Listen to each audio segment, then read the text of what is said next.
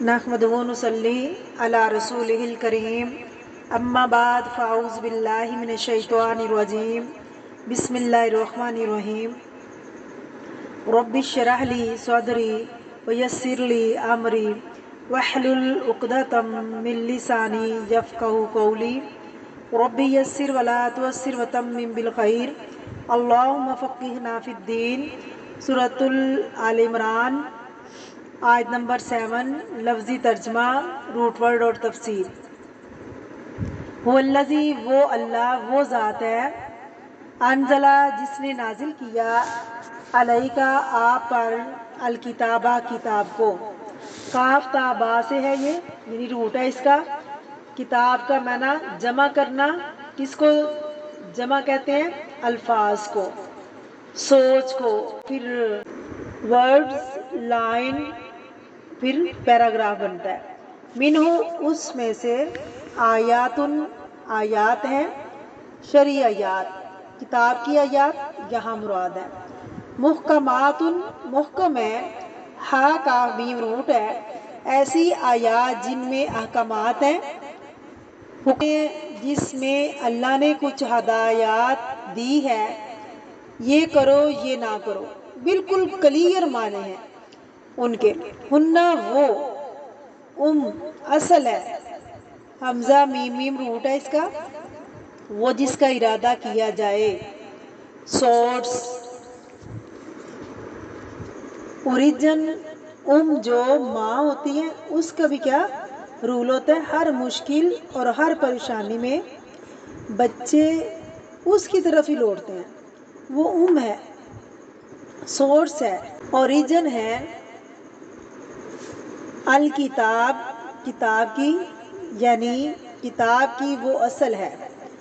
وَأُخَرُ، اور دوسری، متشابہات، باہم ملتی جلتی ہے، یعنی جو محکمات نہیں ہیں ان میں ایسی مماثلت بعض دفعہ پائی جاتی ہے، وہ ایک جیسی لگتی ہے لیکن اصل میں اندر سے مختلف ہوتی ہیں، یعنی جن کا معنی سمجھنا آسان نہیں ہوتا، لیکن ان کو سمجھنے کے لیے رجوع محکمات کی طرف کرنا چاہیے، اوریجنل سورس کی طرف جانا چاہیے۔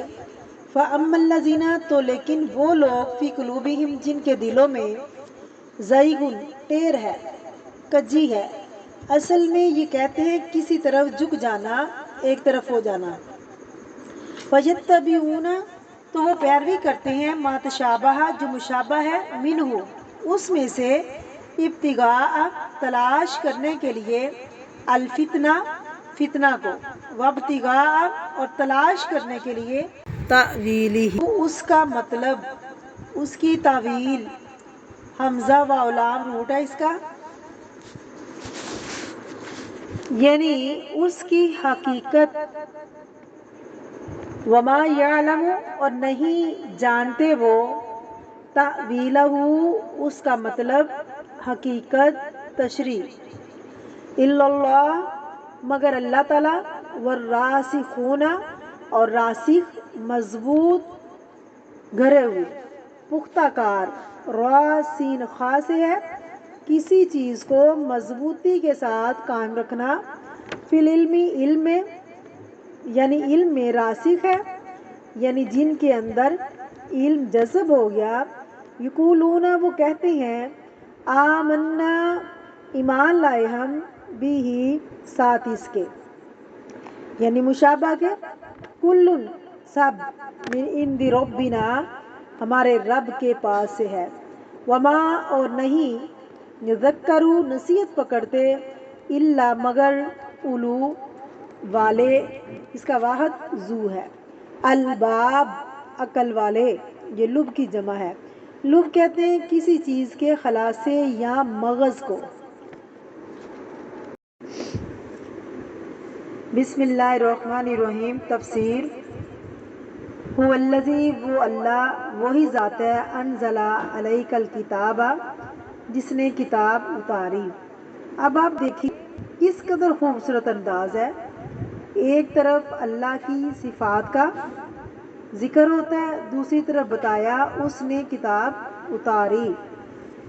جس کا جتنا علم ہوگا وہ اتنی ڈیپ میں جائے گا کہ کس طرح ماں کے پیٹ میں بچہ پلتا ہے یا کس طرح وہ ساری کائنات کو اٹھائے ہوئے ہے، اس کی بڑی بڑی صفات کا یہاں ذکر آیا۔ جب ان صفات کا پتہ چلتا ہے، اللہ کی عظمت دل میں آتی ہے، تو پھر اس کتاب سے محبت ہو جاتی ہے۔ پھر انسان کسی قیمت پر اس کو چھوڑنا نہیں چاہتا۔ ساری دنیا ایک طرف، سارے کام ایک طرف، ساری مصروفیات ایک طرف، لیکن یہ کتاب ایک طرف ہے۔ یہ معمولی چیز نہیں۔ جو اسے چھوڑتا ہے وہ اللہ کی ناقدری کرتا ہے، وہ اللہ کی عظمت کو سمجھتا نہیں ہے، وہ اللہ کو پہچانتا نہیں، کیونکہ یہ ہو نہیں سکتا۔ جو اس کی قدرت کو مان لے پھر وہ اس کی کتاب کو تھام نہ لے، کیونکہ یہ اس کا کلام ہے، باقی ہر چیز اسی کی کریشن ہے۔ اس لیے اللہ بار بار صفات کا ذکر کرتے ہیں۔ منہ آیات محکمات، کیسی کتاب اتاری ہے؟ اس کی کچھ آیات تو محکم ہیں، مضبوط آیات ہیں۔ محکم کا ورڈ حکم سے ہے، یعنی جن کے اندر احکامات پائے جاتے ہیں۔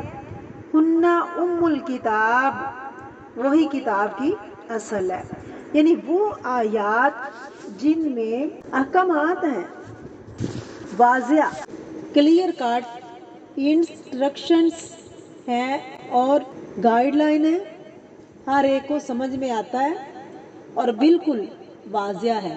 کچھ آیات تو ایسی ہیں، ہن ام الکتاب، یہی اصل کتاب ہے، لیکن اس کے ساتھ ساتھ کچھ ایسی آیات ہیں جو متشابہات ہیں، وَأُخَرُ متشابہات، اور کچھ ہیں جو متشابہات ہیں۔ اب آپ دیکھیں تو متشابہات ہیں، کچھ چیزیں ایسی ہیں انسان ہونے کی حیثیت سے آپ سنتے ہیں، دیکھتے ہیں، سمجھتے ہیں، ہمیں نظر آتی ہیں۔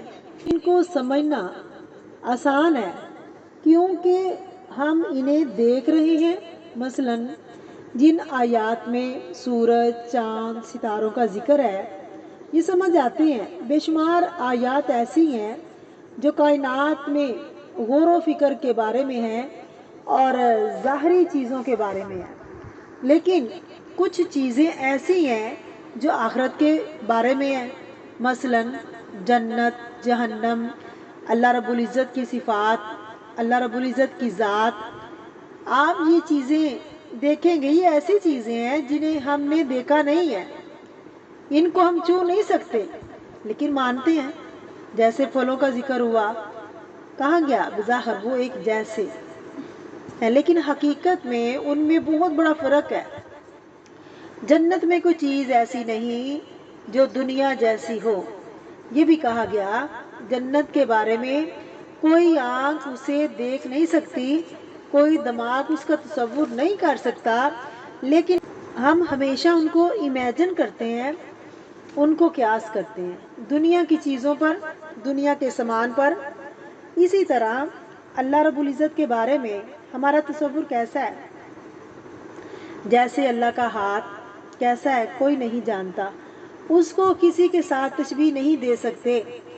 ہم ان کی حقیقت کو نہیں جانتے، اور جو چیزیں نظر آتی ہیں نا ان کے بارے میں اللہ نے جو بتایا وہ آسانی سے سمجھ میں آ جاتا ہے۔ جیسے مثلاً نماز قائم کرو، روزہ رکھو، زکوٰۃ دو، یہ سب باتیں سمجھ میں آتی ہیں، لیکن کچھ چیزیں جو آخرت سے متعلق ہیں وہاں کوئی حتمی بات نہیں کہہ سکتے جب تک وہاں پہنچ کر نہ دیکھ لیں۔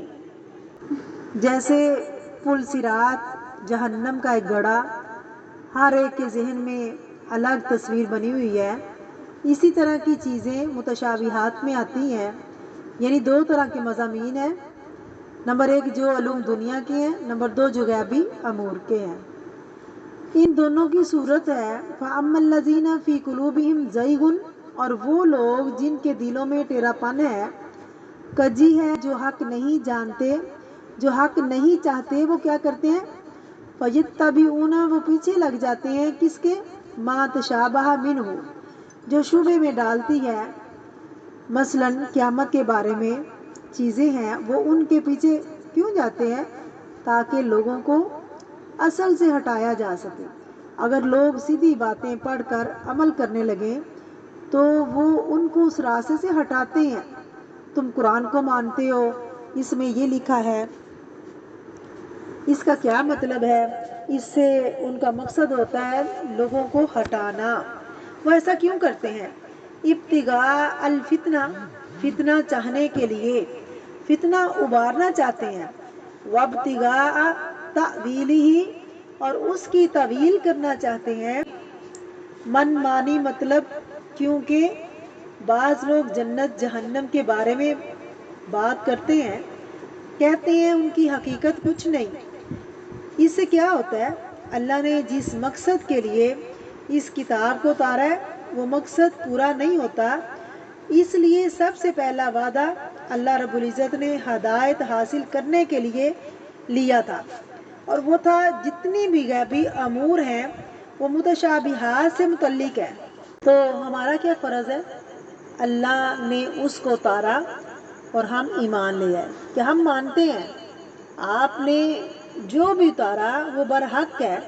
وما یعلم تأویلہ، اور وہ نہیں جانتا اس کا مطلب، تعبیر، تشریح، حقیقت، الا اللہ، مگر اللہ۔ والراسخون فی العلم، اور راسخون علم میں، پختہ کار علم میں، یقولون، وہ کہتے ہیں، آمنا بھی، ہم اس پر ایمان لائے۔ کس پر؟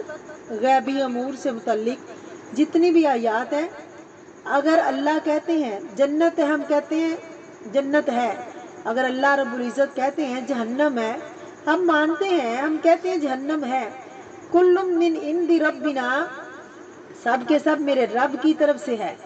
دونوں طرح کی آیات اللہ رب العزت نے اتاری ہیں، لہٰذا ہم ان سب کو مانتے ہیں۔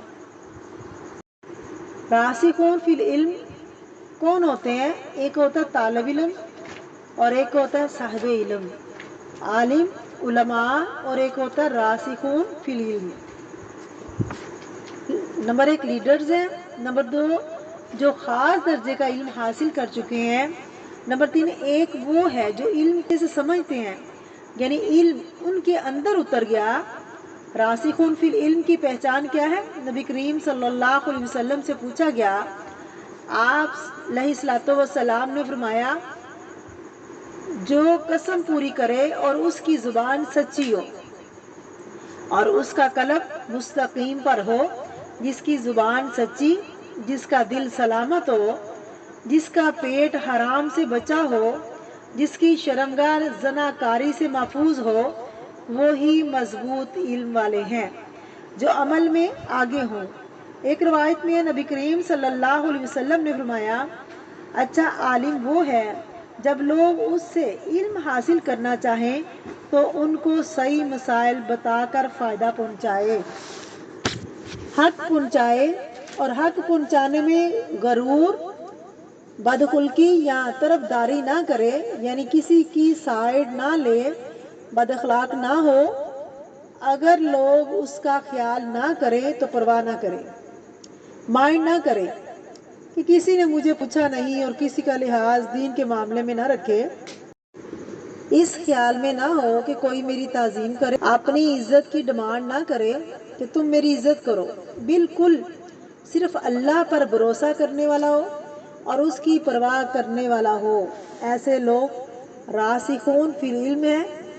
آپ صلی اللہ علیہ وسلم نے اس بات کا بھی خدشہ ظاہر کیا، فرمایا، مجھے اپنی امت پر 3 باتوں کا ڈر ہے۔ نمبر 1 مال کی کثرت جس سے حسد اور بغض پیدا ہوگا، اور نمبر 2 کتاب اللہ کی تعویل کے پیچھے پڑ جائیں گے، حالانکہ ان کا اصل مطلب اللہ ہی جانتا ہے، اور راسخ علم والے کہہ دیتے ہیں ہمارا اس پر ایمان ہے۔ حضرت عائشہ رضی اللہ تعالیٰ عنہ کہتی ہیں، آپ صلی اللہ علیہ وسلم نے یہ آیت پڑھ کر فرمایا، جب ان لوگوں کو دیکھو جو متشابہات پر جھگڑتے ہیں تو انہیں چھوڑ دو۔ وما یذکر الا اولو الالباب، اور نہیں نصیحت پکڑتے مگر عقل مند، یعنی عقل والے ہی بات مانیں گے۔ متشابہات کو سمجھنے کے لیے محکم کی طرف رجوع کرنا ضروری ہے کیونکہ وہ اصل کتاب ہے۔